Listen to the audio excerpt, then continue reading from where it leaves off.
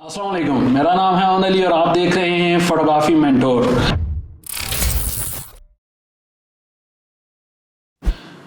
आज हम बात करने वाले हैं कैनन के एक न्यू लॉन्च होने वाले कैमरा के मुतालिक और काफ़ी एक्साइटमेंट है और बहुत ही एक एक्साइटेड न्यूज़ है ये कैनन के तमाम यूज़र्स के लिए, ठीक है, स्पेशली वीडियोग्राफर्स के लिए, जितने भी सिनेमाटोग्राफर्स हैं उनके लिए। आज हम बात करेंगे cannon EOS R5 mirrorless camera की। उसके जो ऑफिशियल कैनन की वेबसाइट है उस पर भी स्पेक्स वगैरह उसके लॉन्च हुए हैं। तो आइए शुरू करते हैं। अगर इसके मैन फीचर्स की बात करूं तो इसमें सबसे जो मैन फीचर है वो है इसकी 8K 422 10 bit raw full frame sensor पे ये रिकॉर्ड करेगा इंटरनली। कोई एक्सटर्नल डिवाइस नहीं लगानी पड़ेगी, अपनी बॉडी के अंदर ही 8K 10 बिट और 4:2 जो है वो उस प्रोफाइल में ये रिकॉर्ड करेगा रॉ, ठीक है।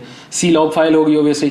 और इसमें बाकी कौन कौन सी प्रोफाइल्स वो ऐड करेंगे ये तो जब कैमरा लॉन्च होगा तभी पता चलेगा, लेकिन अभी ये वो वाले स्पेक्स हैं जो उन्होंने अभी तक लॉन्च किए हैं। ये कंफर्म स्पेक्स हैं जो कैनन की ऑफिशियल साइट पर लिखे हुए हैं। और इसमें जो नेक्स्ट कमाल का फीचर वो ये है कि 4K 120 फ्रेम तक, अप टू 120 फ्रेम तक रिकॉर्ड हो सकेगा, जो कि आई गेस अभी इससे पहले किसी भी मिररलेस कैमरा में ऐसा नहीं था।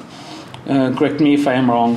तो बाकी ये है कि ये टफ टाइम देगा सोनी, पैनासोनिक, निकॉन को, क्योंकि कैनन ने काफ़ी टाइम से इन फीचर्स को समझ लेके छुपा के रखा हुआ था। उसके बाकी सिनेमैटिक कैमराज में तो ये सारे फीचर्स थे जैसा C200 और C300 वगैरह हैं, लेकिन वो अपने किसी भी मिररलेस या DSLR बॉडी में इस तरह के फीचर्स नहीं दे रहा था। ये सारे फीचर्स मिसिंग थे, या अगर कैनन 4K देता भी था तो वो उसको क्रॉप सेंसर करके दे रहा था, या उसका जो कोडेक था वो बहुत हाई था, फाइल साइज़ बहुत ज़्यादा हो जाता था।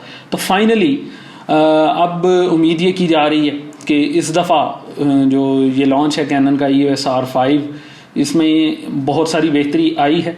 और आगे भी अब देखें और कैनन हमें कौन कौन से शॉक देता है इस पर, क्योंकि ये बहुत ही एक शॉकिंग न्यूज़ है कि 8K वो भी फुल फ्रेम सेंसर के साथ 4:2 10 बिट रिकॉर्ड हो सकेगी। और इसमें ये भी है कि ये 8K पे आप रिकॉर्ड कर रहे हो, 4K पे रिकॉर्ड कर रहे हो, जितनी भी ये अपनी प्रोफाइल्स देगा, ये अगर आप C log पे भी रिकॉर्ड कर रहे हैं तो ये उसमें डुअल पिक्सल ऑटो फोकस के साथ रिकॉर्डिंग करेगा, जो कि ऑलरेडी कैनन का dual pixel auto focus amazing है, ठीक है। आप 60 Mark II देख लें, आप EOS RP देख लें, EOS R देख लें, 5D Mark IV देख लें, जिस बॉडी में कैनन ने डुअल पिक्सल ऑटो फोकस दिया, दैट इज़ अमेजिंग, ठीक है। वीडियो के लिए है चाहे वो अमेजिंग है, ठीक है। उसका फोकसिंग सिस्टम बहुत अच्छा है कि ऑटो फोकस जो है वो इतना इन्हेंस कर दिया गया है कि ये एनिमल आई तक को डिटेक्ट करेगा, एनिमल बॉडी तक को उनका कहना है कि ये डिटेक्ट कर लेगा।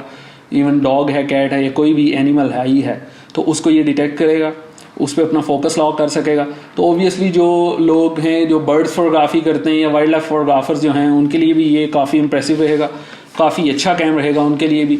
और इसके नेक्स्ट फीचर की बात करें तो वो है कि ये इलेक्ट्रॉनिक शटर के साथ अप टू 20 फ्रेम्स तक आप इस पर क्लिकिंग कर सकते हैं, और मैकेनिकल शटर के साथ आप अप टू 12 फ्रेम्स तक क्लिक इस पर कर सकते हैं, जो कि वाइल्ड लाइफ वालों के लिए और स्पोर्ट्स वालों के लिए भी इवन इट्स अमेजिंग, ठीक है।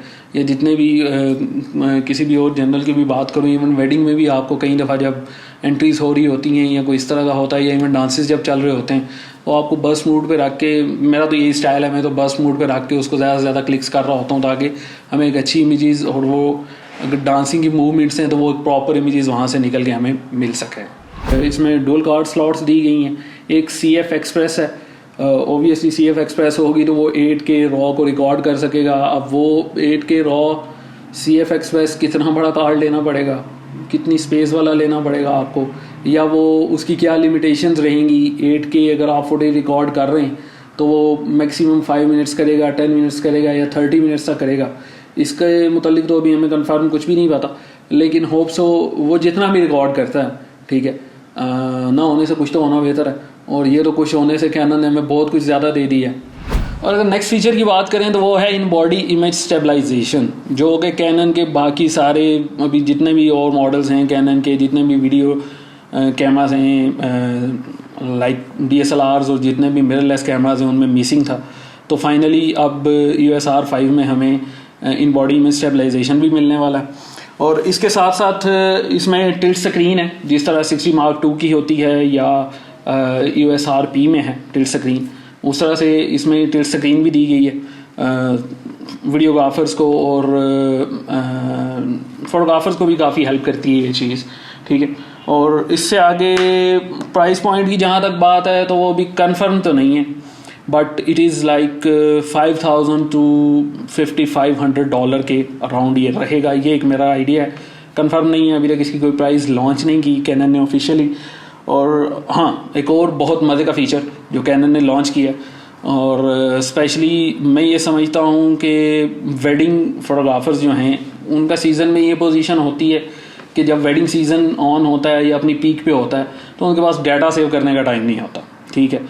तो फाइनली कैनन हैज़ इस फीचर के ये कैमरा डायरेक्ट कैनन क्लाउड के साथ कनेक्टेड रहेगा, आप कनेक्ट कर सकेंगे इसको कैनन क्लाउड पे। आप स्टोरेज 10 GB पर मंथ की तो वो स्टोरेज जो है वो एक फ्री दे रहे हैं, और इससे ज़्यादा ओप्सो कोई उनका बाय प्रोसीजर रहेगा कि अगर इससे ज़्यादा आप स्पेस बाय करना चाहें तो वो उसका क्या प्रोसीजर होगा, ये भी हम आगे इसकी डिटेल्स आते हैं तो आपसे ज़रूर शेयर करेंगे। तो अभी ये है कि ये कैमरा आप वाईफाई से कनेक्ट करते हैं तो वो उसके अंदर जो आप इमेजेस बना रहे हैं, जो भी डेटा बना रहे हैं, वो उसको क्लाउड पे अपडेट कर देगा, अपलोड कर देगा।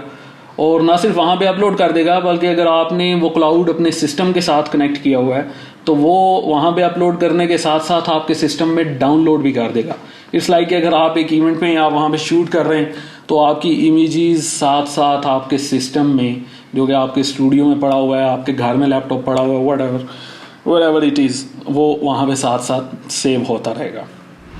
मुझसे मेरे दोस्त ने पूछा कि इज़ इट वर्थ बाइंग कि आप 8K रिकॉर्डिंग वाली एक बॉडी ले लें, जबकि यहाँ पे अभी सिचुएशन तो ये चल रही है कि कोई 1080 भी कुछ लोग हैं वो प्रॉपरली नहीं करते, यानी 1080 100 फ्रेम्स रिकॉर्ड नहीं करते या 120 फ्रेम्स रिकॉर्ड नहीं करते।